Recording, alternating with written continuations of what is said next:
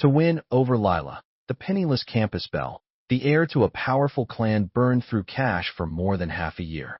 He simmed so hard it could have shaken heaven and earth. Yet when he finally plucked this unattainable goddess, disaster struck. At her birthday party, she splashed a whole bottle of red wine on him, all because of her childhood sweetheart Kenji. Before he could recover from the mix of shock and rage, a string of bullet comments materialized in midair. Nicely done. After her rebirth, the heroine is here to dish out brutal payback on the vicious male supporting role. In her last life, he drove the male lead to suicide. This time, it's his turn. Serves him right.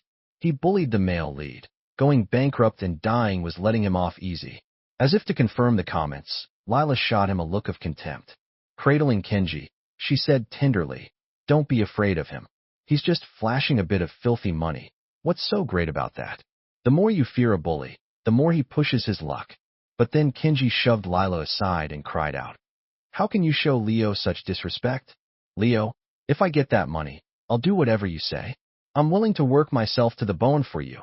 Honor you the way I honor my own father. I know this is shameless, but I want that money so badly. I even dream of finally getting ahead." The next second, he swung his arm in a full arc and slapped him. Rubbing his stinging palm, he sneered, "Get ahead, ah? Seems you can't even figure out your place. I've got 2 headstones here, want one?" Sticky liquor slid down his expensive suit. His so-called girlfriend Lila had just put down an empty bottle. 2 minutes ago, in a corner no one cared about, Kenji stood in front of him, disheveled and covered in dust. His smile was twisted and gloomy, his voice squeezed through gritted teeth, every word laced with resentment, as he said, "Leo, people really are different, huh? We were born on the same day, yet just because you have money, everyone only remembers you. Sometimes I really envy you. So today I've prepared a big gift for you." With that, he grabbed a wine bottle and smashed it hard against his own head. The sound of the bottle shattering caught everyone's attention. The next second, he collapsed to the ground, blood streaming from his head. The first one to rush over was Lila. When she saw what happened, without a word, she grabbed a bottle of red wine and splashed it all over him from head to toe. He stared at Lila in disbelief. The dark red stains ruined the birthday party he had so carefully prepared, like a jarring scar cutting through the celebration. He had planned to publicly announce their relationship tonight. He even prepared an expensive gift and a surprise for her. But now, Lila was holding on to Kenji, clinging to him like a lover reunited after a brush with death, her eyes filled with pain and longing. His hands trembled violently, not just from rage or humiliation, but because suddenly, bright red lines of text began scrolling in front of his eyes. They were bullet comments. They read, "Nice job. The female lead finally sees through the vicious male supporting role after reincarnating. Karma. In the last life, he drove the male lead to suicide. This time, it's his turn. Serves him right. He bullied the male lead. Even bankruptcy and death would be too easy for him." And another comment said, "Poor male lead baby. If the male supporting role hadn't stolen his scholarship, he wouldn't have ended up like this." He cautiously stepped forward. Lila, as if trying to validate the absurd bullet comments, glared at him with contempt and leaned even closer to Kenji. Holding onto his arm, she said, "Kenji, don't be afraid of him. He's just flaunting his dirty money, so what? The more you fear a bully like him, the more he'll push you around." He stared at Lila, his hands shaking harder, and growled through clenched teeth, "You're saying I bullied him?" Lila looked even more disgusted. She snorted coldly, "What else? You think he bashed his own head open for fun?" Kenji gently patted Lila's hand and then, with perfect timing, lifted his hopeless face. His voice was hoarse. He said, "Leo didn't mean it. Honestly, it's my fault for dressing so poorly. I just got back from delivering food and didn't have time to freshen up. I must have embarrassed Leo. I'm sorry, Leo. I just really wanted to come celebrate your birthday." He sighed and added, "Lila, don't speak up for me. If Leo needs to vent, let him. I've always known people like us from the bottom of society aren't welcomed by people like him. I'm used to it." Whispers and murmurs buzzed all around. For the first time, he heard every malicious word so clearly. Someone muttered, "Just because he has some dirty money, he thinks he's better than everyone." Another added, "Prince Wang has always been this arrogant. He chased after Lila for so long and tore her apart from her childhood sweetheart, but she's still thinking about Kenji. Of course he can't take it. Someone else chimed in. Still, that's no excuse to bully someone. Kenji looked at him, slowly raised his hand, and placed it around Lila's shoulder. Then he mouthed silently to him. Leo, what can you even do to me? He stared straight at Lila. She had clearly heard the whispers all around them, yet she showed not even a sliver of trust in him. She simply glared at him with hatred, as if he had committed some unforgivable sin, exactly like the vicious male supporting role from the bullet comments. Could it be the bullet comments were real? His heart plummeted. He had chased after Lila for a whole year, throwing money at her, putting in effort, doing everything a simp would do without missing a beat. From his brothers not understanding to the whole school making fun of him, Lila never once wavered. His friend Ethan had once scolded him in frustration. She's never boldly asked you for anything. She hasn't sold your gifts for cash, so technically she's not a gold digger. But her heart's clearly still with that poor childhood sweetheart of hers. Why are you still clinging to this mess? You're just making yourself a joke. Of course he knew all about Lila and Kenji's childhood sweetheart story. It was all over campus. But he couldn't help it. He really liked this one, because of her nature of emerging from the mud unstained, because she always claimed she didn't like anyone, kept her feelings clean, unlike her mother, a kept canary who took shortcuts by clinging to rich men. Lila believed in changing her life through hard work and study, not by selling herself. He was completely infatuated with that belief. So even 3 days ago when Lila approached him with her mother's sky-high credit card debt in hand, her tone awkward and strange, he agreed without hesitation. He even thought she was being filial and innocent. It never crossed his mind that this was already a betrayal of everything he had admired about her. That Javi Orkakindi Atito attitude, spending someone else's money while acting like it's justified, pretending to be a kept woman yet preaching independence, that was exactly what he despised most. He wiped the wine out of his eyes, like clearing the fog from his vision. His fingertips were ice cold. If the bullet comments were telling the truth, she had reincarnated, and she was going to take revenge on him, bankrupt him, ruin him.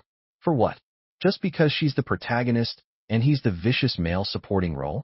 Just because he liked her, he deserved all this? All his rage exploded in his chest like a bomb.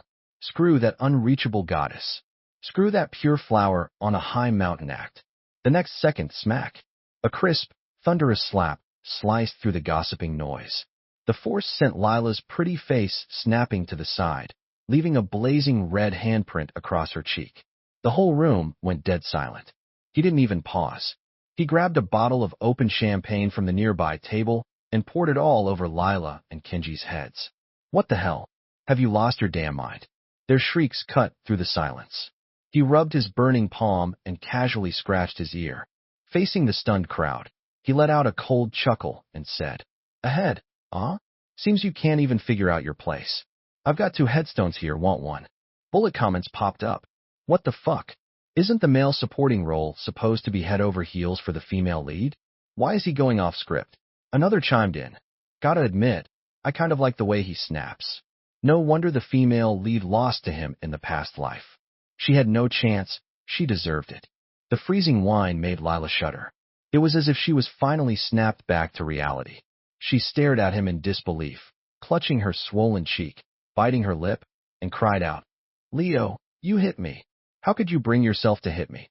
He smirked. How could I not? He stepped closer, aggressive. With a backhand slap, he hit her again. Still not satisfied, he swung both ways, left and right, making it perfectly symmetrical. Then he shouted in fury. Didn't your mom teach you the rules of being a kept canary when she was one herself? I originally wanted to emerge from the mire unstained, but ended up addicted to playing in the mud. You took my money, lived off me, even used my cash to pay off your mom's debts, and now you dare throw a tantrum? Filthy woman, dying to get yourself killed. Kenji raised a shaking hand and shouted, Leo, how could you humiliate someone like this? Smack. He gave him a slap too, not even looking. You think I forgot about you? I was too busy slapping her. You think I believed you? You better pray I actually did, because starting today, bullying you won't be so easy. I'll make you understand what it means when life feels like 2 slaps, one from the left and one from the right. He says I bullied him into suicide in a past life. What a joke. I'm not the kind of lunatic who drives people to death, especially not someone who's inferior to me in every way, from academics to family background. What right did Kenji have to make me bow my head to talk to him? Even if he was Lila's childhood sweetheart, I'd never spared him a glance. But he always whining about his poor circumstances, whispering behind my back that I only succeed because I have connections. Complete bullshit. From national scholarships to academic competitions, not a single one was rigged by the Wong family. He cracked his knuckles and said, "You all heard that, right? If any of you feel sorry for this kept canary and her poor little sweetheart, you can bear witness for me today. I was after her looks, she was after my money. Fair deal." I shrugged. Consider this past year's expenses a gift. But from now on, no more gossip behind my back. You can be blind, but don't be brain dead. Got it. The crowd fell completely silent. As always, it was his best bro who reacted first. Ethan shoved Kenji aside and happily dragged him away, grinning. "Now that's more like it. I told you Lila's star sign clashes with yours. Simps never have a good ending." He lifted his foot, ready to walk away, but the bullet comments exploded faster than Lila could. "Wait, he's leaving? That's not right. What about the black card he was going to give the female lead at the party? Without that startup cash, how are the FL and ML supposed to flip their fortunes with stock trading? This is the perfect moment to buy in." Another comment read, "Not a big deal.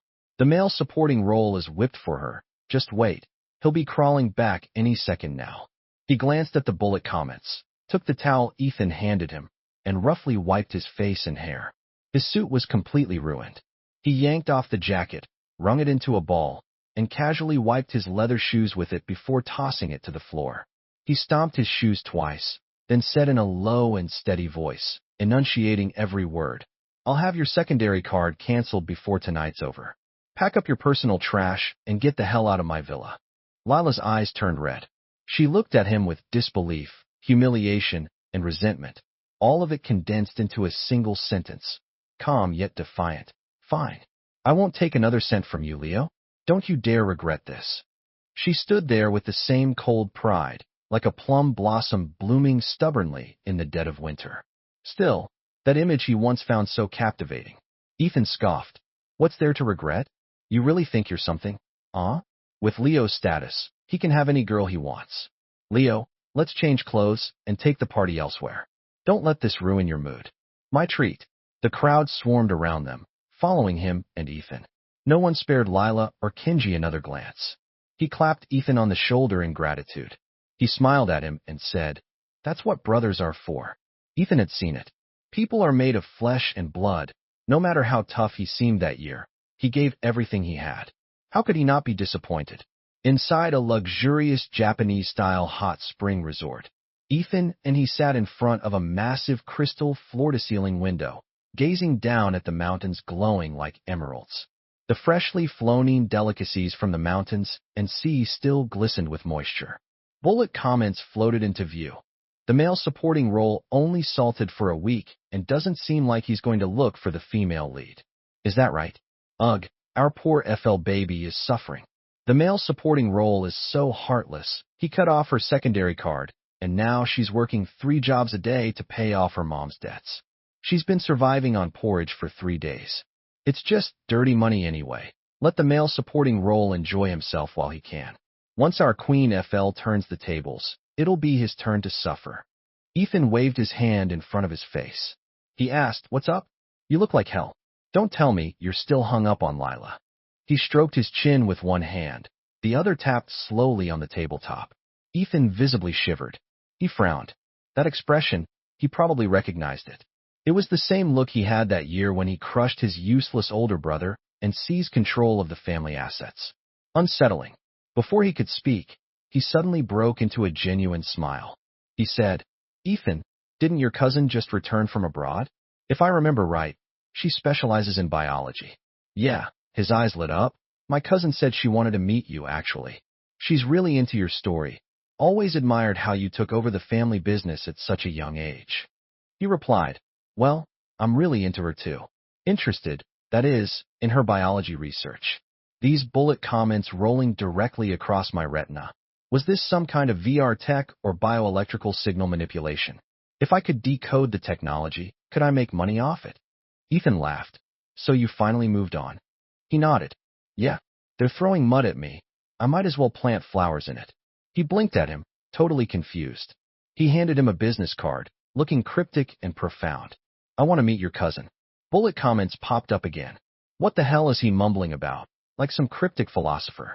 Can't get the FL's love, so he's just pretending to move on, trying to use another girl to provoke the female lead. She's not going to fall for that. He stared at the rolling bullet comments and slowly, ever so slowly, he smiled a chilling, razor-edged smile. Love isn't something you can forget overnight, but time can dull it. The only thing I'll never forget is myself and my interests. Those are eternal. With contempt, he raised his glass, then downed the amber liquor in a single steady gulp. He arranged to meet Ethan's cousin at a cafe. The girl sat across from him, dressed simply but with an elegant air. A white blouse with a butterfly bow tie paired with a high-waisted blue skirt. The ensemble made her appear soft and refined. The faint scent of medical alcohol on her seemed to wash away the sticky residue of his past week. He nodded slightly to her and reached out to shake hands. He got straight to the point. Hello, Miss Sarah. I'm a friend of Ethan's and I assume he's already told you why I'm here. Let's not waste time. No need for small talk.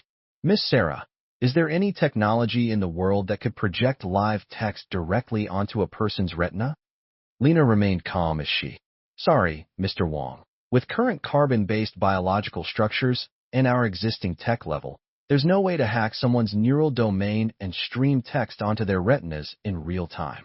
He looked at her seriously and said, What if I can actually see it? The bullet comments immediately flared up. What's going on? Is this a glitch? Can the male supporting role see us? So what if he can? What's he gonna do? Punch me through the screen. Lena paused, her eyes flashing with a glint of intrigue, dangerously alluring. She said, Then, Mr. Wong, your brain waves might be quite worth studying. He took the opportunity to pull out a folder from his briefcase. This, he said, is a recent scan of my brain waves, and this, he handed over another document, is my business proposal. If we can collaborate and decode this phenomenon, the future potential is immense.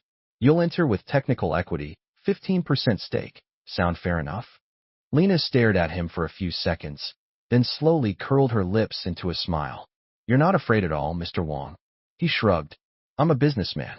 I may be dumb enough to chase someone for a year, but I'm not dumb enough to lose out on profit. Lena accepted the documents without hesitation.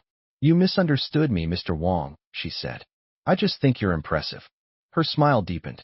I'm becoming more and more interested in you. Bullet comments scrolled. Low-dimensional life forms speechless. Two arrogant ants thinking they can touch the sky.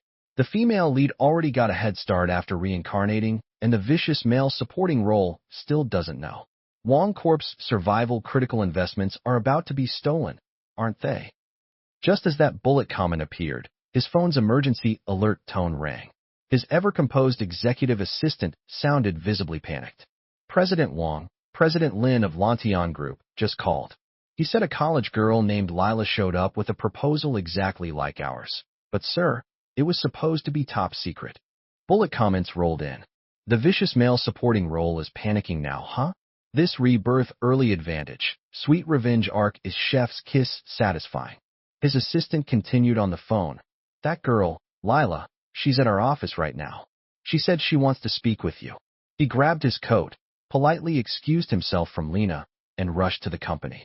Inside the elevator heading to the top-floor executive office, he lifted his right hand, rotating his wrist up, down, left, right, pondering which angle would maximize the force of a slap. The elevator doors opened slowly. There on the lounge sofa, Lila sat with poised elegance. He still remembered just a while ago before she came begging him to pay off her mother's credit card debt. Back then, she sat on the Italian full-grain leather sofa in his villa, fidgeting, clutching the hem of her clothes like she didn't belong in this world of luxury, naive and nervous. But now, she carried herself with grace and calm confidence. Even dressed in a student-style skirt, her every movement was steady and self-assured. She scoffed and asked coldly, Why did you block me?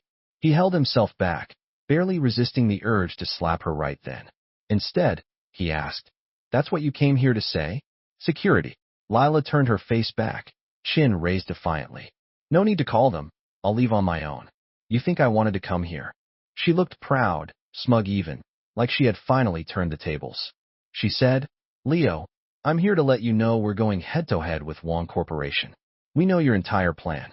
Let's see how long you stay untouchable once your little empire collapses. He handed the folder to his assistant, then crooked his finger at her. Damn right I'm untouchable. How'd you know? He motioned at her. That's right, I'm really something. How did you know? Stick your face over here. Forget civil mediation. I'll pay the damages and then land you another slap worth 50 grand. If you behave, I'll throw in an extra 50 grand for emotional damages so your kept canary mom can pay off her credit card. Maxed it out again, hasn't she? Lila trembled slightly. Clearly, he'd struck a nerve. She glared at him with hatred and took a deep breath. Leo, you're always like this, acting high and mighty like you're doing everyone a favor. Get this straight. I'm the one who got your proposal. You should be begging me now. He chuckled, genuinely amused. Beg who? Beg you. He tilted his head, interested. You've got quite the imagination. If Ethan had been here, he'd probably say Lila's finished.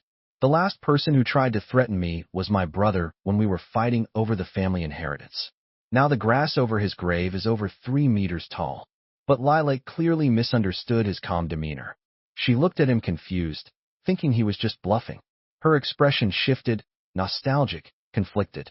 After a moment, she leaned in, face full of regret and emotion. Leo, I know you still like me. You're just mad about what I did that day, but what you did, humiliating me in front of everyone, was too cruel. I never really wanted to destroy you. If you apologize, I could actually forgive you. After all, we were together for so long. He cut her off coldly. How long? You call 3 days a long time. His patience wore thin. Even if it were 3 years, he added with pointed intent. The moment you threw wine at me for another man, you were already rotting. He raised his hand and rubbed his brow. Lila instinctively shielded her face, trembling. You threw wine too, she said shakily. He sneered, not enough. Tilting his head, his smile turned frosty. Do you even realize who you are? Who I am. Don't waste time with your delusions. You want me to regret it? Sure, I'm in. Let's go all the way. Now get out. Security yanked Lila up and dragged her out. Back in his office, he immediately called the Wong Corporation's legal department. Bullet comments buzzed through the air. I'm starting to lose track of this plot. Didn't the male supporting role love the female lead? Now he doesn't even care, not a trace of emotion. So cold. He really lives up to the name, vicious male supporting role. Next wave of, what's he doing now? What are you planning? Half an hour later, he hung up the call. He stared at the bullet comments hanging in the air and gave a cold laugh. You lot call yourselves higher dimensional beings, and yet you still don't get it. He chuckled lazily. Obviously, I'm just making a few little preparations, waiting for her to come beg me. Bullet comments flared again. You're dreaming, and it's not even sunset yet. Okay, yeah, sometimes you're annoying as hell, but seriously, don't mess with the main character. Ever heard of plot armor, dude? Our FL has luck on her side, divine bonuses and all. Why not just be a stepping stone for the protagonists? You'd still get some benefits that way. Benefits? He pressed a fist lightly against his lips, as if he'd just heard the funniest joke in the world. There's only one cake. If I can eat it all myself, why the hell should I share it? Because she's the female lead? He narrowed his eyes and said with a smirk, then I'm a damn Gary Stew. 1 month later, still in the top floor office of Wong Corporation, he raised an eyebrow at Lila, who sat across from him, disheveled and worn out. She had lost a lot of weight, her face pale and haggard. He glanced at the bullet comments. President Lin of Lantian Group actually rejected the female lead. Sigh, still a man's world. I can understand why the FL had to come crawling back to the vicious male supporting role. That black card and his endorsement mean everything. Next comment asked, wait, isn't she the strong, independent female lead? Why is she still relying on a man? Another fired back, are you dumb? Why shouldn't a woman take shortcuts? You want her to grind herself into dust just to prove a point? End up broken, aged, and still be told she didn't try hard enough? Relying on a man doesn't cancel out independence, got it? He couldn't help but laugh out loud. Fine, let them think whatever they want. People can't teach, but it won't stick. One lesson from life, and you'll never forget. Just because you were reborn, You think you automatically get a head start? Money and power in this world are like viruses. They only spread through blood or sex. You know what's profitable. You know what's in high demand. But why you? You want to swallow two of Wong Corporation's core projects? What a pipe dream. After getting turned away again and again, Lila finally woke up. Gone was her earlier arrogance. She wiped away tears of humiliation from the corner of her eyes. Then, as if making a hard decision, she asked, "Can you help us?" We need funding." He replied, mimicking her own lines with amusement. "Leo, don't you dare regret this. I won't take a single cent from you." "What? Money makes you all powerful now. I didn't even want to come here." He repeated her exact words back to her. "Need me to say it again?" Lila bit her lip. "I know you're angry, but if you're willing to help this time, you can do whatever you want to me." "Stop right there." He snapped the proposal shut with a loud clap. He asked, "What are we now?" Lila looked at him with complicated eyes. "I'll be your obedient girlfriend," she said. He curled his lips, then picked up the proposal and smashed it across her head, pages flying like confetti. Amid the fluttering mess, he sneered. "Dream on, Lila. We're just classmates. Look at this garbage of a proposal. Even my foot could write a better one. You think this crap deserves my investment?" He raised a brow. "The pitiful little classmate bond we share isn't worth the kind of money you'll never make in your entire life." Lila panicked. She crouched down and scrambled to gather the scattered pages, as if piecing together more than just paper, maybe her dignity. Sniffling, she whispered, "Leo, I admit it. I need you. Happy now? I really need this money." He stared coldly at her fumbling and offered his honest evaluation of her absurd pride. "You really are just like your mother. A kept canary who thought getting pregnant would let her climb the ladder and stage a coup. Pathetic." Lila froze. The papers slipped through her fingers again. Her shoulders trembled, eyes red. She said, "You weren't like this before. How could you say that to me?" He replied flatly, "You planning to live in the past your whole life?" "And not just the past, it was the past life too. The one where I loved her and she basked in luxury." She stared at him, eyes burning. No longer picking up the papers, she stood up and turned to leave. With a scoff, she said over her shoulder, "Just wait, Leo. One day you'll respect me. We'll see." She stumbled as she walked away.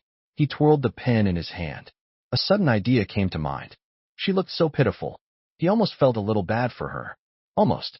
"Fine then," he called in his assistant and said in a low voice, "Trash should stay with trash. Isn't there still a table full of the old cronies my late brother used to cozy up to on the board? Set something up, see if you can get them all in one room. If she takes the bait, that's on her." The assistant instantly understood what he meant and shivered. He said all this casually, then turned his eyes to the bullet comments. They were flying across the screen, rapid bursts. "This is too much. Seriously, too much. She's already so pitiful, and you're still bullying her? Are you even human? Do you know how much pride she swallowed to come see you? How much it cost her emotionally? Vicious male supporting role. Just go die already." He calmly read through the furious insults. Once his assistant left the room, he grinned and said playfully, "What's this? Mad now? Angry? Triggered? You've hated me for so long. Why haven't you punished me yet? Or is it because you can't?" The bullet comments went eerily quiet for a second. He basked in the rare silence of the screen, then said with a smile, "Oh, so it's that. You can't, huh? Ever since I threw Lila out last time, I had her blacklisted. So how did she still walk freely into Wong Corp and appear before me? Obviously, because I let her.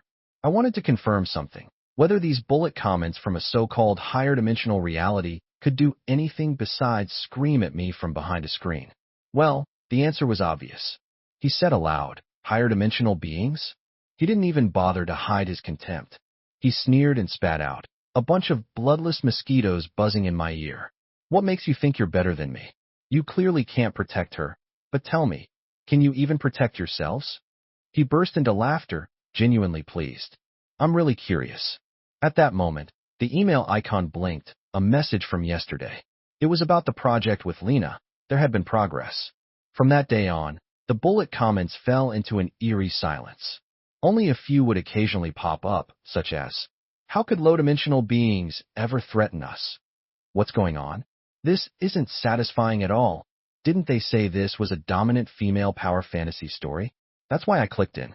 Why is the female lead working at a convenience store in the morning, cafeteria at noon, and washing dishes at night? The female lead looks like she's living a miserable life, and even her luck stat is dropping. Whether Lila felt miserable or not, he couldn't say, but he had just added another million in investment. Lying comfortably on a handcrafted custom mattress, checking the latest research progress via email while casually answering Lena's video call, she blinked, gave a slight smile, and asked, "Is the data clear enough?" He couldn't help flipping through it once again, genuine amusement flickering in his eyes. As expected of a professional, the progress over these past 2 months had been phenomenal. The data in his hands laid out a detailed theoretical analysis and possibilities for the origin of the bullet comets. Lena's voice was cool and crisp. To put it simply, you can think of the bullet comets as players from a 3-dimensional world observing a 2-dimensional one through frequency resonance. Part of their consciousness is projected in quantum form. The stability of the resonance stems from a delicate balance between underlying information entropy and spacetime curvature. Due to a particular anomaly, your brainwave refraction frequency happens to match theirs, which is why you can see the comets. We've already found ways to interfere with or even control this stream of information. He nodded in understanding. That anomaly most likely was Lila's rebirth. At this point, he genuinely didn't know whether Lila was lucky or terribly unlucky. He sighed. Looks like we might make a fortune off of this. I really ought to thank Lila. Lena chuckled softly. Mr. Wong, you truly are a clever man. Hearing the sincerity in Lena's voice, he couldn't help glancing at her a few more times.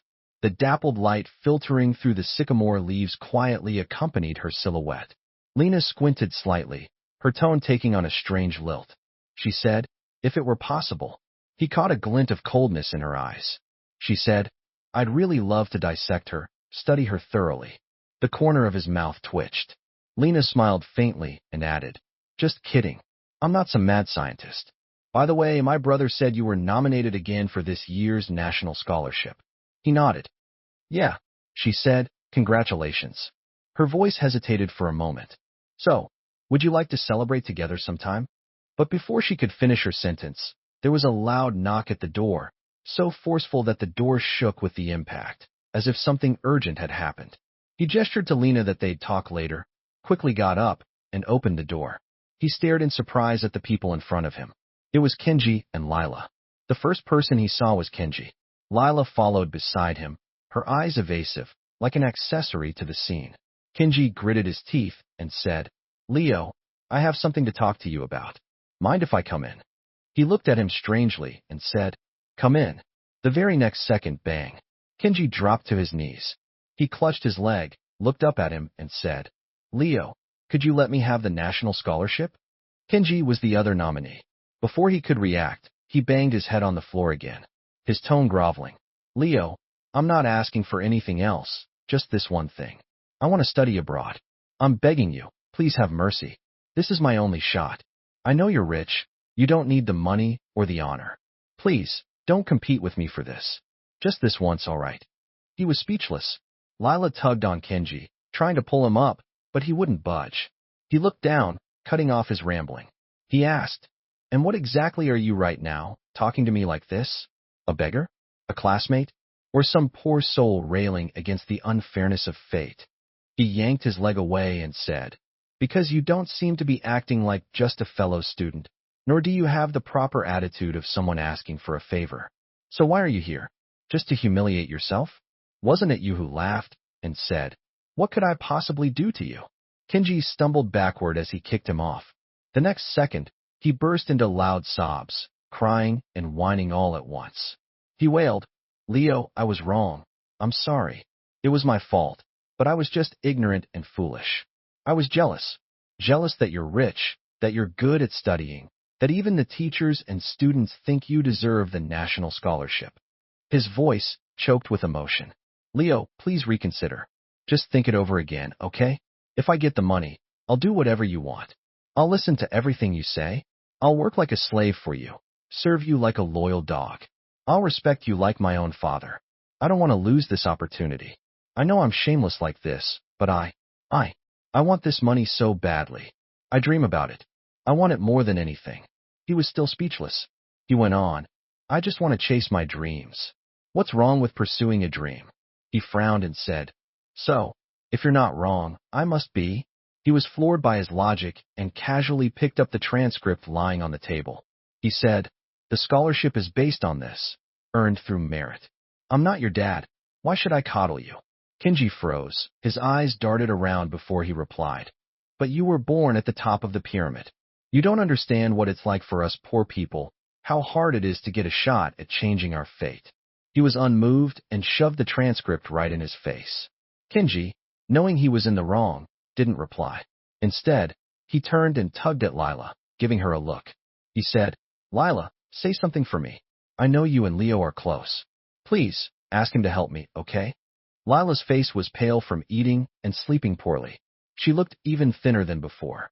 She looked at Kenji groveling at his feet, and then at him, towering over them both. And in pain, she turned her face away, unwilling to look any longer. Kenji's face was pale as a sheet as he tugged on her pleadingly. Lila finally turned back, opened her mouth to speak. He immediately mimicked her tone in a mocking, sarcastic drawl. I'll make sure you respect me one day, Leo. Lila's face flushed bright red from holding her breath.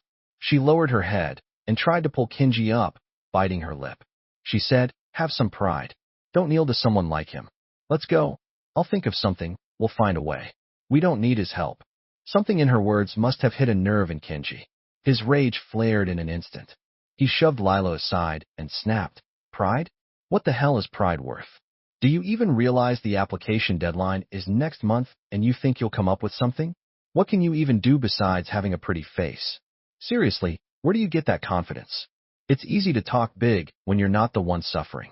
Always acting like you're above the world, like some ethereal princess. People might really think you're some pampered heiress. We grew up together, and yet you won't even speak up for me in front of Leo? What good are you? Kenji cast one last hateful glance at both him and Lila. Seeing there was no chance he'd say yes, he stormed out and slammed the door behind him. The bullet comments floated in. The female lead said her family urgently needed money, so she borrowed the male lead's savings meant for studying abroad. But later he found out she spent it all on luxury goods and fancy restaurants. That's why he finally snapped. Another said, well, what did you expect? She lived like royalty in her past life. You can't expect her to lower her standards just because she's dating the male lead. If that's the case, might as well stay single then. One summed it up. At the end of the day, it's the male side character's fault. He should have just given her the money and none of this would have happened. He couldn't help but laugh. He turned to Lila and said, seems being your boyfriend is a tough gig. Loaded, he's a hero. Broke, he's a zero. Another bullet comment chimed in. Petty men get cocky too easily. Don't get too full of yourself. And another replied, yeah, at least someone saw potential and invested in the protagonist. The progress is just a little slow, that's all. Wait for the leads to reconcile and slap your face hard. Lila looked like a lost soul. The once proud ice queen was no longer proud. Just as she opened her mouth to say something to him, the still-open video call suddenly crackled to life as Lena spoke up. Two selfish people together. What kind of disaster wouldn't happen? She stomped on Lila, metaphorically, without even blinking. Lila sharply turned to the phone, her expression twisted. It was as if something clicked inside her. She seemed to have found a reason, something to convince herself. That reason bizarrely breathed new life into her in the form of jealousy. She snapped bitterly.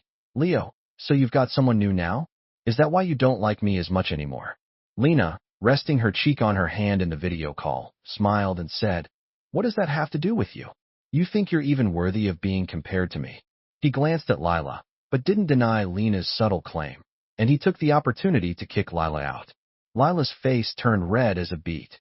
She said, fine, fine, fine, in rapid succession. Bang! The door slammed shut. He smiled at Lena through the video call, playing innocent. Thanks, I didn't feel like wasting words on her anyway. Lena nodded slightly, eyes downcast, saying nothing for a moment. Everything was utterly silent, except for the rhythmic clatter of Lena typing on her keyboard. After he wrapped up everything related to the university scholarship, he shifted his full focus to the project Lena and he were developing. Over the past 6 months, Lila had shown some signs of recovery.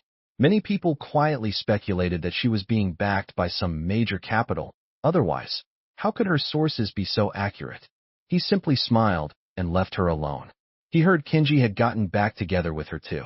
Ethan glanced at him, hunched over his desk, preparing for the product launch, and couldn't help but sip his tea and ask, "Is everything going smoothly with the launch prep?" He sat down. His work took a brief break with him and sipped some tea as well. The subtle fragrance of the tea filled his senses, and he couldn't help but squint his eyes in relaxed satisfaction. "Everything's on track," he said. Ethan picked up his phone, opened a forum, pointed at a particular post, and asked, "Then why don't you take care of this? Need me to help?" He waved his hand and said, "No need." He added, "The higher they climb, the harder they fall." Ethan looked at him for a moment, then suddenly chuckled. He said slowly, "Not necessarily. If you ask me, you're the type with a fierce tiger in your heart and the gentleness to admire a rose. Maybe it's not about watching her fall. It's that you value talent. So you left her a sliver of a chance, like when you recently doubled the funding for Q University's financial aid program." He met his gaze, then leaned back on the couch, stretched out lazily, and said coldly, "You guessed wrong. I was just in a good mood because at this press conference, we were going to reveal the results of Lena's and my project. We had achieved a breakthrough. By utilizing specific wave frequencies, we could control the projection of bullet comments. I had tested it on myself and successfully proved it could be done. The day I finally said goodbye to the bullet comments, I gave them the middle finger. Using that special frequency, I even drew a little ant for them. I posted, 'Those who view others as ants will one day become ants themselves. Your arrogance has become a gold mine for the ants you look down upon. How does that feel? What can you do to me, a bunch of clowns?' I sent those words right back to them, exactly as they once mocked me, and without waiting for a reply, I hit the block button permanently. Damn bullet comments, just a swarm of buzzing mosquitoes. From now on, they can talk to themselves." Once I dealt with the bullet comments, Lena and I immediately dived into applying the special frequency to a brand new field of research. I could already imagine how after the results were announced, investments would come pouring in like a flood. It was thrilling. Compared to this level of achievement and investment, whatever little noise Lila was making was utterly irrelevant. This sense of satisfaction was so intoxicating that when Lila reached out to me for once, I surprisingly didn't reject her right away. Over the past 6 months, Lila had tried to contact me multiple times, all of which I rejected. I hadn't seen her in a long while. She stared at him intently, eyes twisting with emotion. Pressing her lips together, she said, "So you're finally willing to see me? Are you still with that woman?" He frowned. "What exactly are you hung up on? Why are you still the same as before, whining about pointless things the moment you see me? Did reality beat you down so hard that now you regret it?" Lila snapped. "Yes, I regret it. So what? Leo, do you have to treat me like this?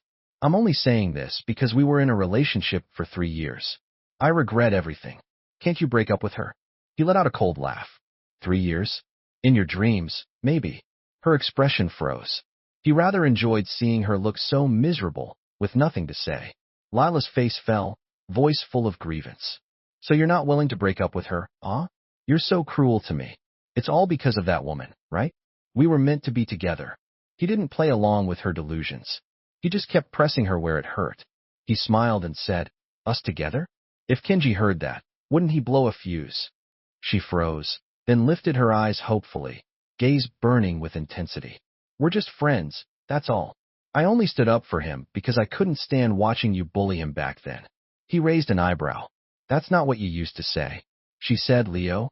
Her eyes turned red, like someone who had been holding on too long and was finally about to collapse. Choking up, she said, "It's because I loved you. I didn't want you to look down on me. People like me, born poor, were already a step below people like you. But I didn't want to stay beneath you forever. I didn't want to be dependent on you. I wanted to have my own pride. I wanted to stand beside you as an equal." He suddenly let out a sharp laugh. "So those bullet comments were you? Lost to me in your past life because you were a hopeless romantic with no sense of reason." Lila's pupils shrank violently. He yawned and slowly stood up, towering over her. He pinched her chin and said, his voice full of cold pity, "You didn't love me. You loved my money. You loved my power. It's only now that reality has beat you into the ground that you're suddenly remembering how good I was." I don't know exactly how you lost in your past life, but greedy people who always want more than they deserve, there are only a few ways I deal with them. Want to try them again this time around?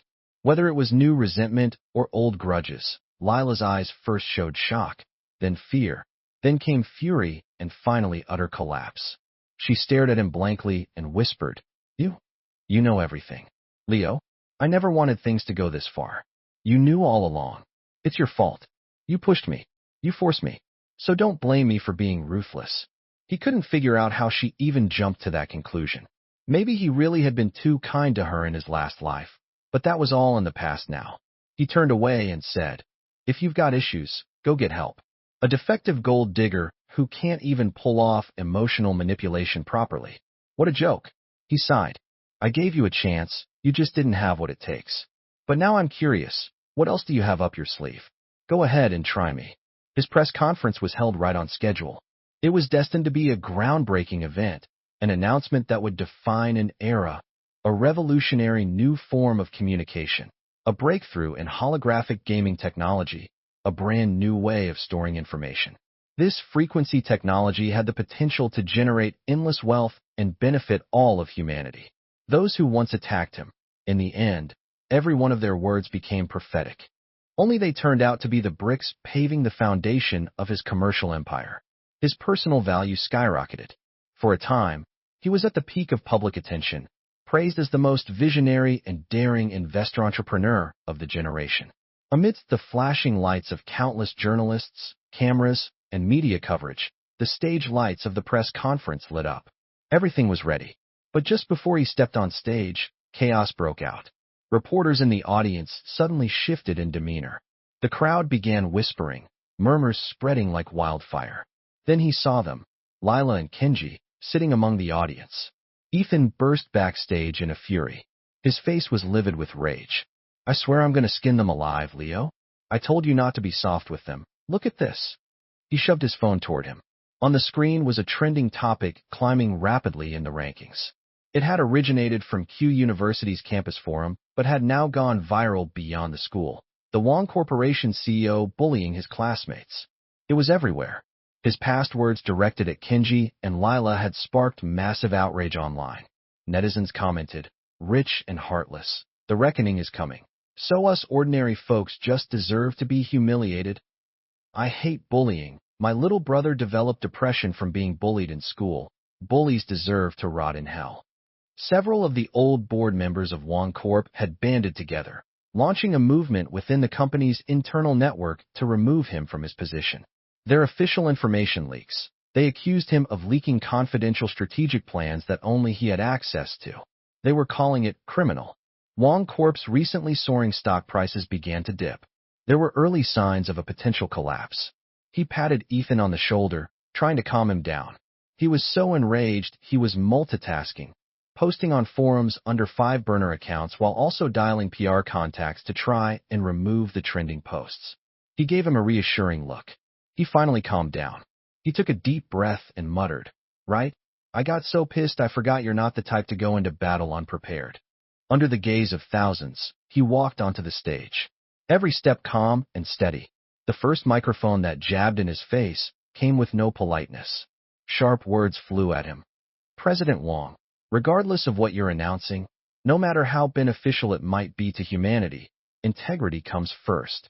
Especially since you now hold technology with the potential to fabricate reality and infringe upon human rights and privacy. After all this controversy, how can the public trust you to be a truly ethical entrepreneur? Lila and Kenji, both wearing baseball caps, looked up from the crowd and smirked at him provocatively. He smiled too, calm, confident, in control. He raised his hand and pressed the switch on the display screen. To that, he said, I have nothing to say. Let the facts speak for themselves. A sudden commotion filled the room. Footage from a hidden pinhole camera lit up the screen, filming a seemingly empty corner. In the video, Kenji said, Leo, people really are different, huh? We were born on the same day, and yet just because you're rich, you're the only one everyone remembers. Sometimes I really envy you. So today I'm giving you a very special gift. Smash, smash, smash. The sound of shattering bottles played on loop. cut through the noise and silenced the entire room. Only the echo of breaking glass lingered in the air. He pressed pause.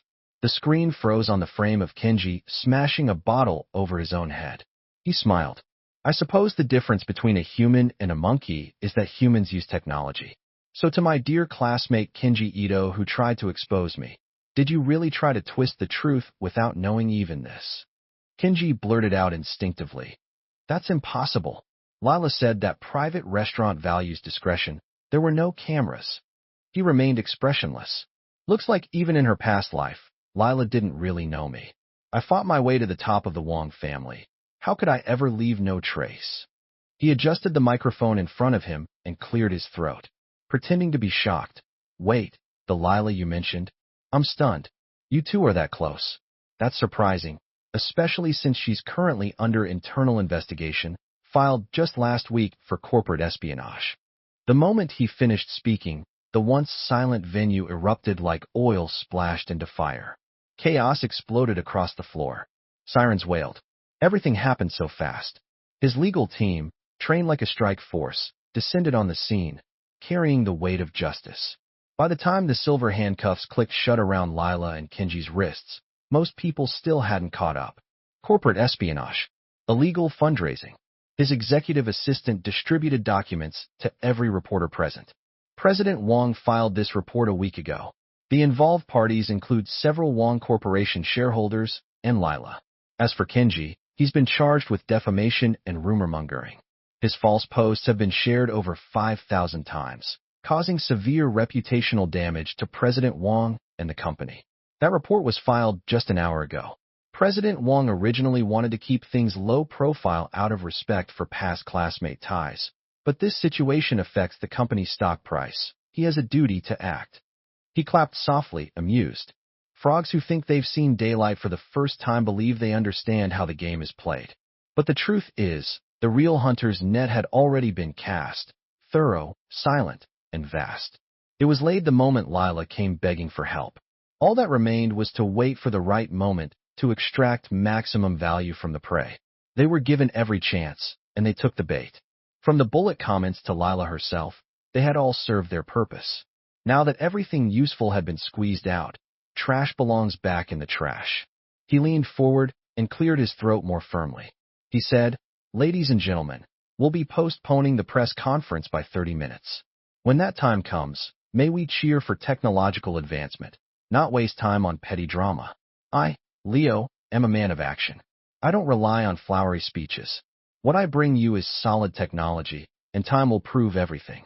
The crowd fell silent once more, then erupted into thunderous applause. In the next half hour, cameras flashed nonstop and reporters scribbled frantically at lightning speed. It seemed Lila and Kenji were finally getting their wish to become celebrities.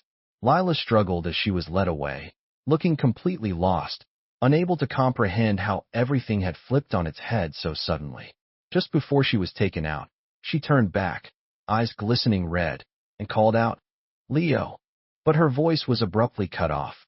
He raised his hand to his lips and mouthed silently but coldly, "Who gave you permission to challenge me?" In that moment, Lila looked as though she had been struck by lightning. She understood. Everything had been orchestrated from the very beginning. All her strength seemed to drain from her body. Only one dazed sentence escaped her lips, and he read it clearly from her mouth. She said, "Leo, you win. You've sent me to prison again." He chuckled softly, his eyes glinting with mockery and perfect clarity. He said, "You deserved it." So that was how she ended in her past life too. She hadn't learned a single thing. The ones I fear most are the fools who are endlessly greedy and the greedy who foolishly think they're in control. I disposed of them with casual ease, like brushing aside the kind of nuisance too insignificant to care about. Then he turned back to the reporters and said, "Well then, I'll see you all again in 30 minutes. In that half hour, someone's entire fate would be turned upside down. But whether they lived or died, what did that have to do with him? This game, he had won. He was the victor." The press conference went smoothly. Lena and Ethan both hugged him. Ethan slipped between him and Lena, shoved a bouquet into his hands, then casually stepped aside to stand next to him. Lena and he were standing very close. The dazzled glow in her eyes from witnessing everything that had just happened hadn't faded yet. Smiling, he picked up the thread of a conversation they'd never finished. Handing her the bouquet, he said, "Miss Sarah, in celebration of the successful launch and the boundless profits ahead, may I have the honor of treating you to a meal?" Lena took the flowers and inhaled their fragrance deeply, nodding firmly. Tilting her head slightly, she teased, "So, President Wong, flowers and dinner? Are you trying to confess to me?" He paused, took off his glasses and cleaned them thoughtfully. "If I were," he said, "would you still go?" She blinked playfully. "Well, who knows? Life's full of infinite possibilities, after all." He looked into her eyes, sharp, certain, confident, just like his own.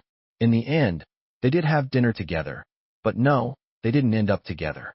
He never broke the illusion, never said what could have been said. Because he agreed with what Lena had said. Life is full of infinite possibilities, isn't it? The past had rushed by in a blur, and he would not pause for people or things unworthy. Ahead of him lies a road still wrapped in the unknown. It could be someone new. It could be the expansion of his business empire. It could be his boundless ambition. He brushed the old snow off his shoulders and walked toward a future filled with so much more waiting for him, and filled with crude jokes and sarcastic remarks. He scrolled through them slowly, a faint smile playing on his lips.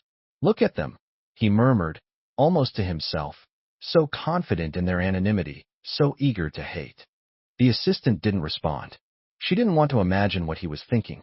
Outside, the rain began to fall, light at first, then heavier, as if the sky itself were trying to drown the noise.